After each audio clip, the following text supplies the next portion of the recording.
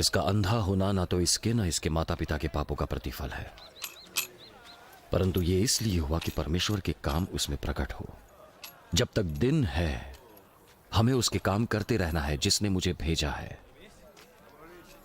वो रात आने वाली है जिसमें कोई काम नहीं कर सकता। जब तक जगत में हूं तब तक जगत की ज्योति हूं।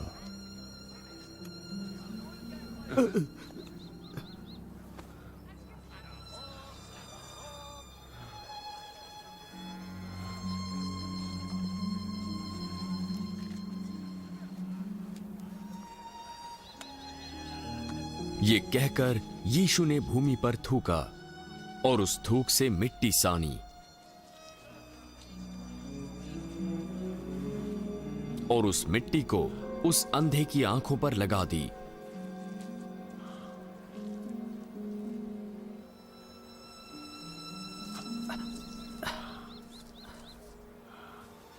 जा और शिलो के कुंड में धो ले। शीलो का अर्थ है भेजा हुआ।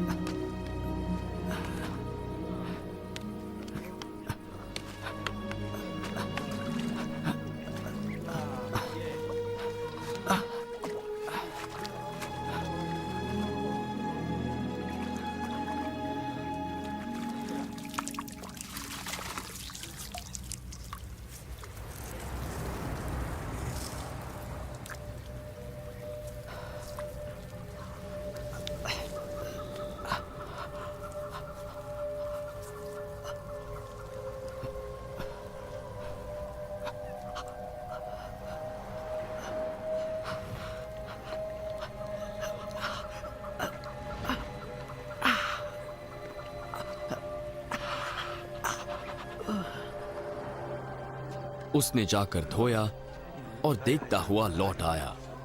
तब उसके पड़ोसी और जिन्होंने पहले उसे भीख मांगते देखा था कहने लगे, क्या ये वही नहीं जो बैठा भीख मांगा करता था? ये वही तो है। नहीं, ये वो नहीं, उसके समान दिखता है। मैं वही हूँ। लेकिन ये कैसे हुआ कि तेरी आंखें खुल गई?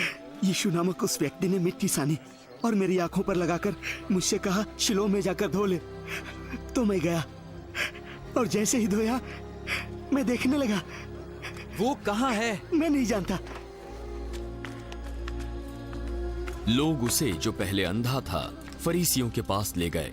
जिस दिन यीशु ने मिट्टी सान कर उसकी आंखें खोली थी, वो सब्त का दिन था।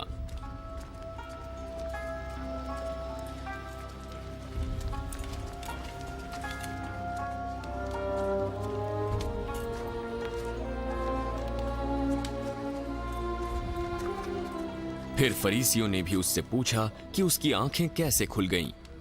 उसने मेरी आंखों पर मिट्टी लगाई, फिर मैंने धो लिया और अब मैं देख सकता हूं। ये मनुष्य परमेश्वर की ओर से नहीं, क्योंकि ये सब्त का दिन नहीं मानता। एक पापी व्यक्ति ऐसे चिन्ह कैसे दिखा सकता है? तब उनमें फूट पड़ गई। उसने तेरी आंखें खोली हैं तो तू उसके विषय में क्या कहता है? वो भविष्यद्वक्ता है। परंतु यहूदियों को विश्वास न हुआ कि वो अंधा था और अब देखता है, जब तक उन्होंने उसके, जिसकी आंखें खुल गई थी, उसके माता पिता को बुलाकर न पूछा, क्या ये तुम्हारा पुत्र है जिसे तुम कहते हो कि अंधा जन्मा था? फिर अब कैसे देखता है? हम तो जानते हैं कि ये हमारा पुत्र है और अंधा जन्मा था, परंतु हम ये नहीं जानते कि अब कैसे देखता है, और न ये जानते हैं कि किसने उसकी आंखें खोली। वो सियाना है, उसी से पूछ लो, वो अपने विषय में आप कह देगा। ये बातें उसके माता पिता ने इसलिए कही क्योंकि वे यहूदियों से डरते थे, क्योंकि यहूदी एक मत हो चुके थे कि यदि कोई कहे कि वो मसीह है तो आराधनालय से निकाला जाए। इसी कारण उसके माता पिता ने कहा, वो सयाना है, उसी से पूछ लो। तब उन्होंने जन्म से अंधे को बुलाकर दूसरी बार उससे पूछा, परमेश्वर के आगे सच बोलने की शपथ ले हम जानते हैं तेरी आंखें खोलने वाला पापी है। मैं नहीं जानता कि वो पापी है या नहीं। मैं एक बात जानता हूं, मैं अंधा था और अब देख सकता हूं।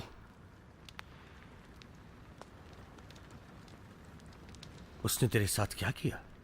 उसने किस तरह तेरी आंखें खोली? मैं तो तुमसे कह चुका हूं और तुमने नहीं सुना। अब दूसरी बार क्यों सुनना चाहते हो? क्या तुम भी उसके चेले होना चाहते हो? तब वे उसे बुरा भला कहकर बोले, तू ही उसका चेला है। हम तो मूसा के चेले हैं। हम जानते हैं कि परमेश्वर ने मूसा से बात की, परंतु इस व्यक्ति को नहीं जानते कि वो आया कहां से है। यह तो आश्चर्य की बात है कि तुम नहीं जानते कि वो कहां का है, तो भी उसने मेरी आंखें खोल दी। हम जानते हैं कि परमेश्वर पापियों की नहीं सुनता, परंतु यदि कोई परमेश्वर का भक्त हो और उसकी इच्छा पर चलता है तो वो उसकी सुनता है। जगत के आरंभ से यह कभी सुनने में नहीं आया कि किसी ने जन्म के अंधे की आंखें खोली हैं। यदि ये व्यक्ति परमेश्वर की ओर से ना होता तो कुछ भी नहीं कर सकता। तू तो पापों में जन्मा है और उसी में बड़ा हुआ, और तू हमें सिखाता है।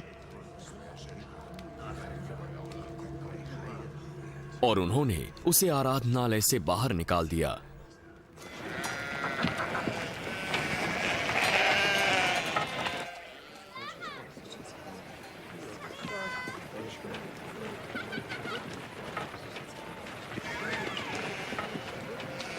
जब यीशु ने सुना क्या हुआ था, तब वो जाकर उस व्यक्ति से मिला।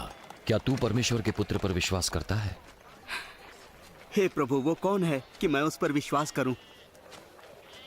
तूने उसे देखा भी है और जो तेरे साथ बातें कर रहा है वो वही है।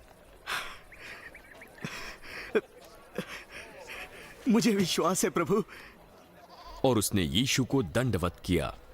मैं इस जगत में न्याय के लिए आया हूं, ताकि जो नहीं देखते वो देखें और जो देखते हैं वो अंधे हो जाए।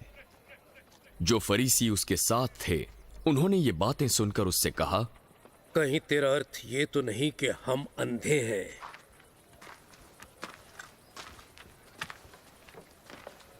यदि तुम अंधे होते तो पापी न ठहरते, परंतु अब कहते हो कि हम देखते हैं, इसलिए तुम्हारा पाप बना रहता है।